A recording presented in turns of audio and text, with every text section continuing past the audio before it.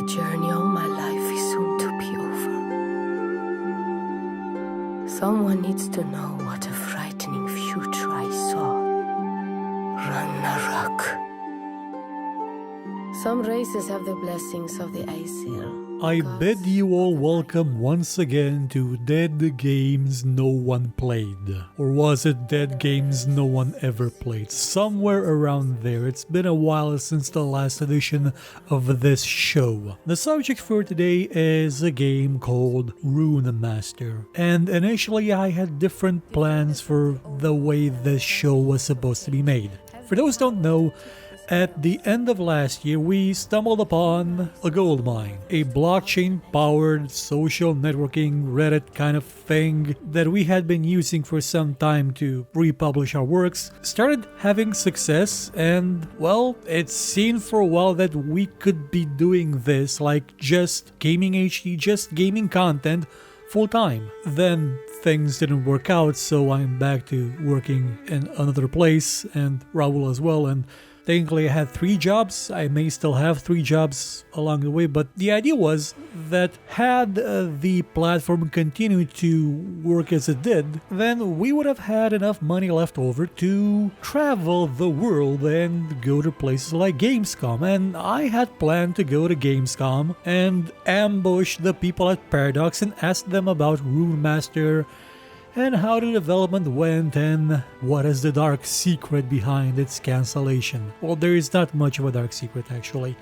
The Runemaster was Paradox's attempt at making an RPG. They had, and by they I mean the former CEO Fred Wester, he's still in the company, he's just not CEO anymore. He had expressed his wish some time ago, I believe it was in around the year 2013, to make an RPG. And there were many discussions about what shape, what form that RPG would take. Sometime later they did announce a partnership with Obsidian for publishing Pillars of Eternity, and then that turned into publishing Tyranny as well, which some people still say is a much better game in terms of a lot of reasons than Pillars, one of them being the setup, but this isn't about Tyranny. Sometime before that, around the year 2012, Shams Georgiani, corporate paladin and I believe head of the Unicorn division at Paradox, posted a topic on the Paradox forums called "Tell me why you loved Heroes of Might and Magic 3. Now, why would somebody ask that unless they were planning to do a similar game? I pitched in with my own opinion about why Heroes 3 was good and jokingly called the project they may or may not be working on Champions of Power and Mysticism. The name stuck for a couple of days because that's what everybody else in the thread was calling it for a while. Eventually, the game was revealed to the world as Runemaster. It wasn't necessarily Heroes of Might and Magic, or Champions of Power and Mysticism, or Copan for short, which sounds a bit like Copan, which is drumstick in Romanian. Runemaster was more akin to King's Bounty in the way that it was built, and in the basic idea of how it was built. In the details, it was monumentally different. Like King's Bounty, the legend, you were playing not as, well, an omnipotent, semi-omnipotent player recruiting heroes from all over the land and erecting not erecting, but at least managing castles. No, you were a single hero. You were a character, and you were in a world that was built on the foundations of Norse mythology, and I mean really entrenched in it. There's a bunch of games out there that tackle Norse mythology on and off with some degree of, well, let's say other stuff crammed into it, like Too Human that had the Aesir be aliens and have highly advanced technology. This wasn't going to be that. This was going to be a retelling of the Norse mythology that, well, they're from Sweden. They probably grew up with this, just like we grew up with tales of Priscilla Chelvoinik and that dude with the spikes. They were going to make this game in a way that really reflected the values of pretty much every game that Paradox tries to make. It has to be replayable. It has to let you make your own story in it based on your choices. An emerging narrative, if you will. And it needs to be in some way educational. we can all agree that the majority of Paradox games are educational, even if it's as simple as don't throw lightnings at your friends in Magicka. The education part came from giving people an accurate look at Norse mythology. And I mean actual Norse mythology, again, without all not Disneyfication, but all the Marvelification that you see in the movies, with details about all the realms, with the Midgards and the Jotunheim and the Alfheim and the Svartvalheim and all the other Heims and Guards and Erds. There were 6 realms, if I'm not mistaken, and you would travel through them in different orders depending on, each time you started a new game. Now, although this was built using the Clausewitz engine, which is the same technology that you see used in games ever since Crusader Kings 2, this was a 3D, fully 3D game. Yeah, it was top-down, but it was fully 3D. And a lot of the environment was procedurally generated, or at least randomly stitched together, and that included the way in which you would journey through the game. You may not have the ability or the reason to visit some realms before the others. Their order may change around, and the quests that you would find will also be different, because this was an RPG. Yeah, it was built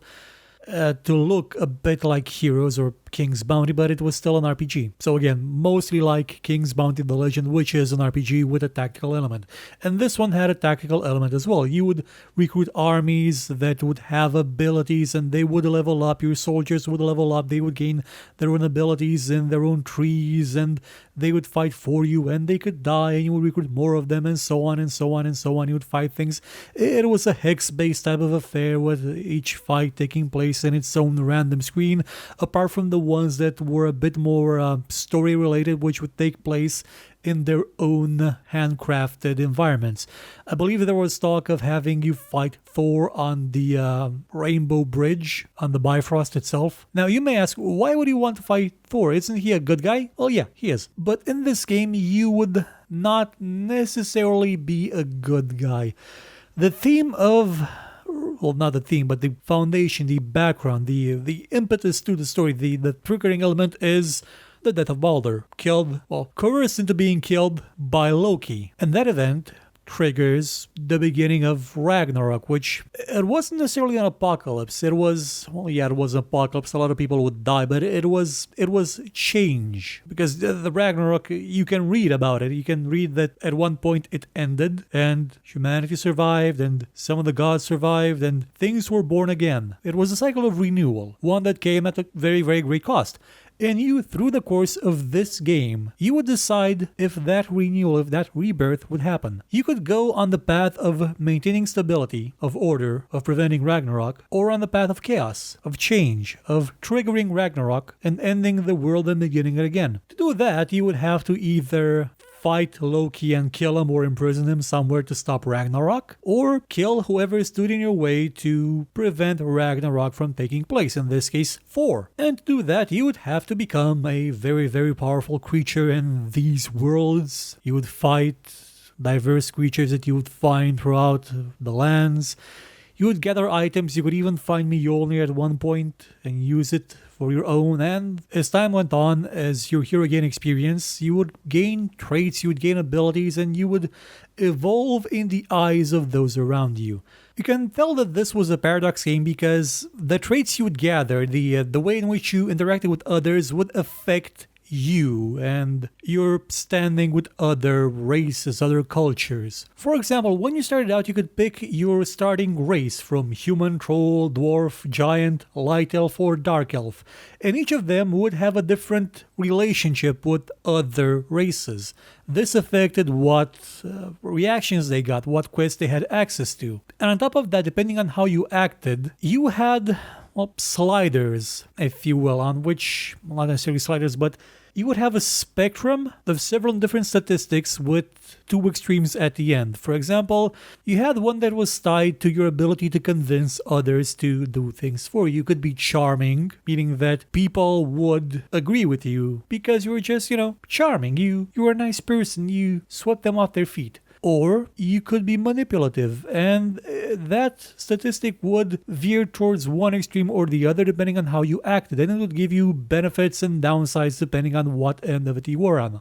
There was a similar trait that kept track of how honest you were. If you were too trusting, too honest, at one point somebody would just stab you in the back because they knew you were honest and wouldn't stab them in the back. But if you're a no good, dirty, rotten backstabber yourself, you just may make good friends in low places. You had the same thing if you were kind of a big spender who was always kind of broke, or if you hoarded all your money and kept it in one place and made sure that you never spent more than you had to. You also had one that determined your bravery factor, if you will, or better put, your heroism factor. You could be a coward or you could be courageous. And all these, well, they would evolve with time. They would change how people reacted to you, and you would have some other traits that you could get, and they would also shape your character in sort of in a way that Crusader Kings 2 does it. And again, you could also equip your character with all sorts of objects, weapons, belts, rings, from the looks of it, runes of course, because of course the game is called Runemaster, and one of the classes is called Runemaster. There are 3 classes. Again, I'm bringing up the comparison with Kingsbound and the Legend. You had your Berserker, which is the melee, rangy, angry type person.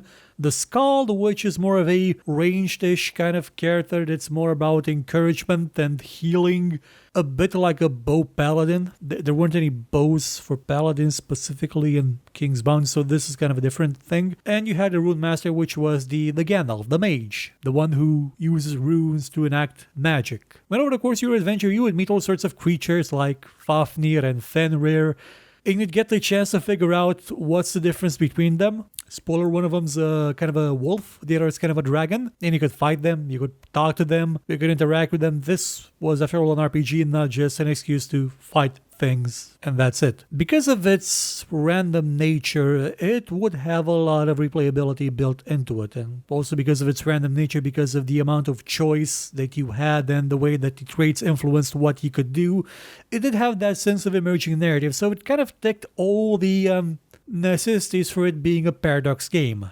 Apart from one, the level of quality. Runemaster was cancelled pretty much the year it was announced in 2014. They announced a lot of details about it, they had a lot of coverage for it at their Paradox event in the middle of summer, and then in the winter came the announcement that it was effectively kind of dead. It couldn't reach the level of quality that they wanted the game to have. And being Paradox, they did try their best at that time to shy away from the reputation that all their games were very, very buggy. Magicka was a tremendous success for them in 2011, but it was and still is extremely buggy, and they did at one point release games that were kind of broken-ish. So I understand why they would not want to release that kind of game, and even if it wasn't a technical thing, they felt that it couldn't be good enough as it was. They could have spent more time or money developing it, but well, they did have other projects to work on. For example, a lot of the updates and expansions to Crusader Kings 2, and of course Europa Universalis. I think 4 was coming out then.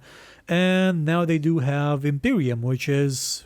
It's not Europa Universalis Rome 2, but it is the closest thing you'll get to it probably. A combination of turn-based strategy and RPG would have been something quite interesting to see from Paradox, especially since it was developed internally by Paradox Development Studio, the company that has only made grand strategy games since its inception. And that's not gonna change. I asked Sham Georgiani like 12 minutes ago if there's a chance that Runemaster will come back, and he said no, at least not in the form it had before, and that they do still want to make an RPG in the future. The Norse setting is cool, but not one we're pursuing, and Paradox Development Studios is a strategy-focused studio, meaning that unless they dig up another studio. I actually think they have one up northerner, even more to the north. I think they have an extra one somewhere lying around, or they could just contract somebody else to do it. I mean, technically they did it by Triumph which is now working on Age of Wonders Planetfall. And Age of Wonders is kind of an RPG turn-based strategy hybrid. The Runemaster was not turn-based in the way you move through the world, it was real-time with turn-based for combat, again like King's Bounty the Legend. We may see an RPG from Paradox one day. It probably won't be Runemaster, but while it lasted, it looked like a promising game. It looked like it was scratched the itch that King's Bounty left behind after it stopped innovating and just churned out sequels that were identical to the first ones. And who knows, if that same thing picks up again, maybe I'll get to ambush the people at Paradox next year at Gamescom or at their own event. To ambush may be a bit of a strong word. I'm just gonna ask them with a camera in front of their face. After asking permission, that is. So that was Runemaster. I don't think there's any other Dead Games No One Played programmed for this year, but you can be sure that I'm gonna try and dig up more canceled video games for next year. Goodbye.